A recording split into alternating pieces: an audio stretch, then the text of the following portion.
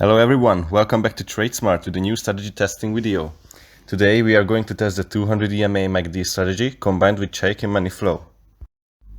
Stay tuned till the end. I will show you a new risk-taking optimization which I haven't seen talked about anywhere else so far. You can use it with any strategy for potential better results. And now let's get into the strategy. Okay, so the strategy itself is really simple. You only need 4 indicators, all can be found on TradingView. You just open the indicators tab, you type in MACD, that's our first one, we already used that, it's a built-in. The second one is the CMF, or Wecome money flow. You just type in CMF, you can find it here, it's a built-in too. The third one is the 200 EMA, you just type in exponential moving average. That's one, and you set it to 200. And the last one, it's for risk taking. It's called ATR multiplier. This one, you just popped it up. I already did that. You can see it here.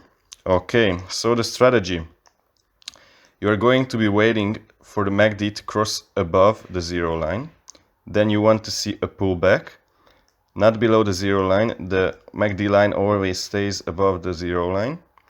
And then on the next cross up is your entry if the Wecome money flow and the 200 EMA agrees. What I mean by that, you need the price to stay above the 200 EMA, you can see it's above, and the Wecome money flow to be above the zero line. If you want to see it clearer, you can pop up a horizontal line on the Wecome money flow. I give the coordinates to 0. Okay, so MACD gone above the zero line, came back, crossed back up again, price above 200 EMA, Wecome money flow agrees, we can take our position.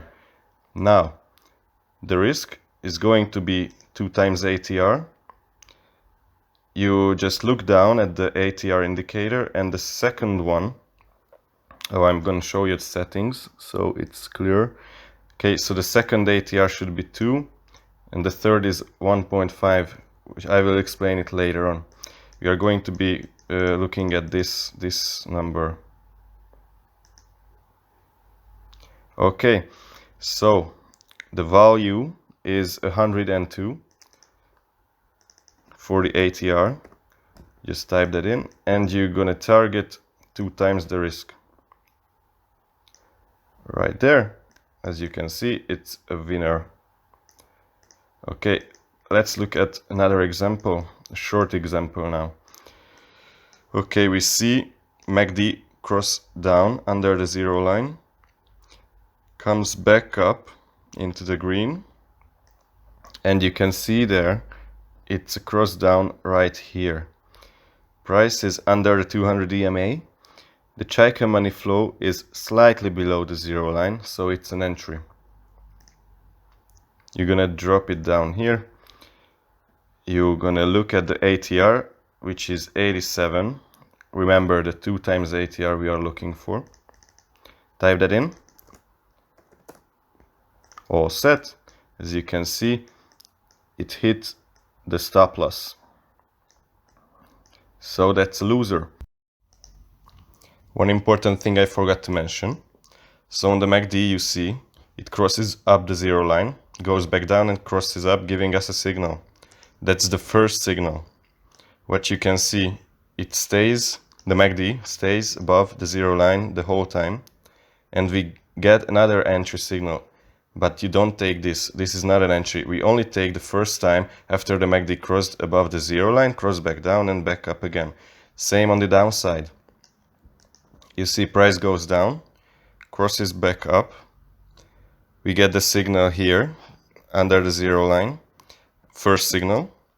Price then crosses back up again, stays under the zero line, but we don't take this second entry.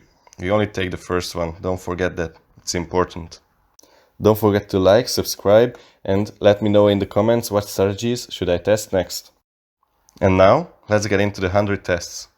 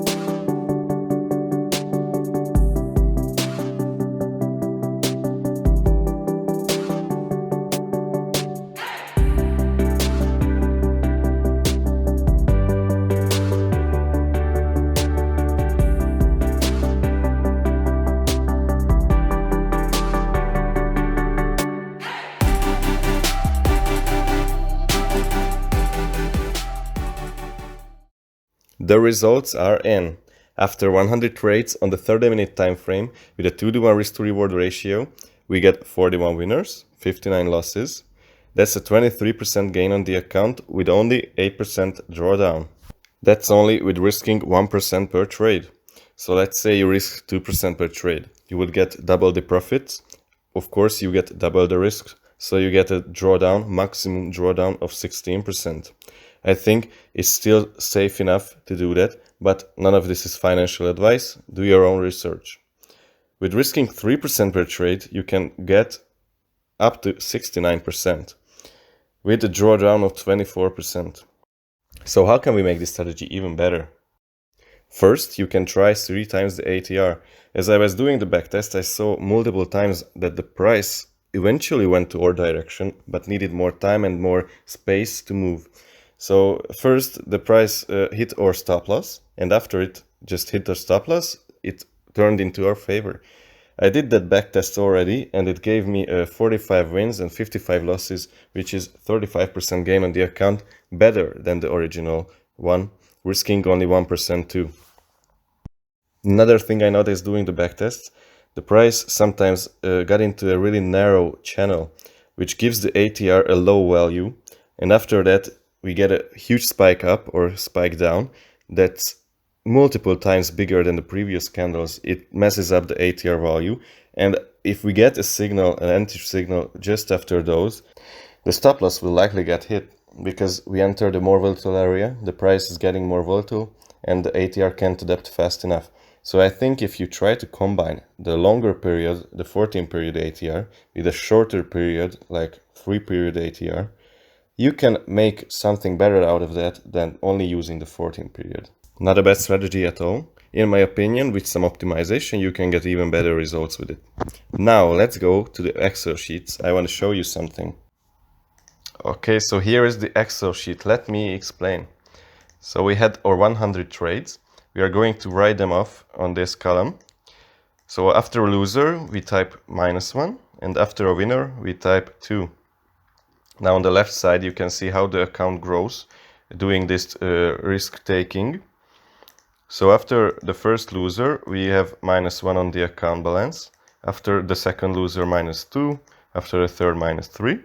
And after we get a winner, we go from -5 to -3.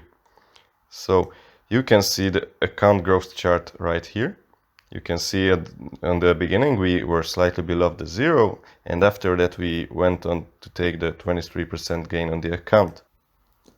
So I had an idea. What if we do risk-taking differently? Let's say after a loser, we are not going to take 1% risk the next time. We are going to take only 0.5%. And if we lose again, we are going to take 0.5% again, not 1%. What happens when we win? We get a winner here. We are not going to take 1% risk. We are going to take 2% risk. So you can see after a loser, we decrease the amount we are risking, and after a winner, we increase it, expecting winning and losing streaks. Because if that happens, we get 2 or 3 wins or losses in a row. If we get 3 losses, we are going to take less drawdown. And if we get winning streaks, we are going to make much more profit. Because if we win in a winning streak, we are not only going to get 2%, we are going to get 4%. So going by that, I'm showing you the formula for that. So you can try it, replicate it, or if you want, I can upload it for free, so you can use this Excel sheet. Okay, now let's see. So this column is showing the account balance growth with the variable risk-taking. So this column is displayed here. Remember, this is our normal balance growth, and this is with the variable risk-taking. So the biggest difference, you can see the drawdown on the normal risk-taking is 8%. Here it's going to be 7.5%. I don't know if you can see that, but it's that, trust me. The end results with the normal balance, we are going to make 23%. With the variable risk reward taking, we are going to make 39.5%. I think that's pretty big difference.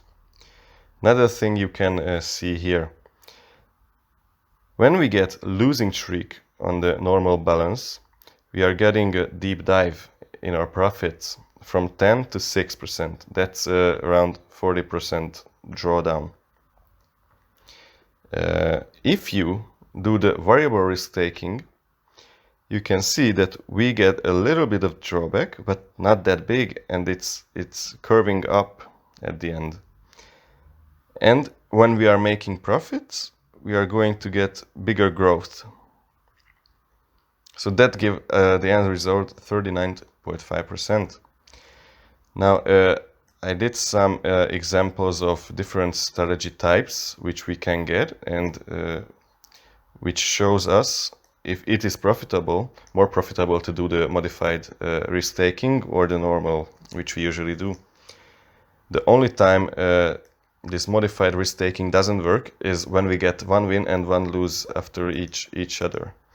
So one win, one lose, one win, one lose, one win. With that, with a normal risk taking, we would gain 5%. With this modified risk taking, we would lose 4%. But with every other type of strategy, I think we can make more profit with the variable risk taking. So as you can see, with the modified risk taking, we gained 19%. And if we just took the trades normally, as we usually do, we would have lost 9%. Or not lost, only gained 9% on the account. So here's the modified chart and the normal chart. And these are two other different strategy examples. As you can see, both of the time with the modified risk taking, we get better results. I don't know if you guys found it interesting. I think it has some potential in it. So if you want to try this Excel sheet out by yourself on your strategies, drop a comment down below, and I will be sure to upload it to the drive and share the link with you. So that's all for this video. If you have any questions, make sure you drop it down in the comment section. I will answer it as soon as I can. If you like the video, drop a like, subscribe, and see you next time.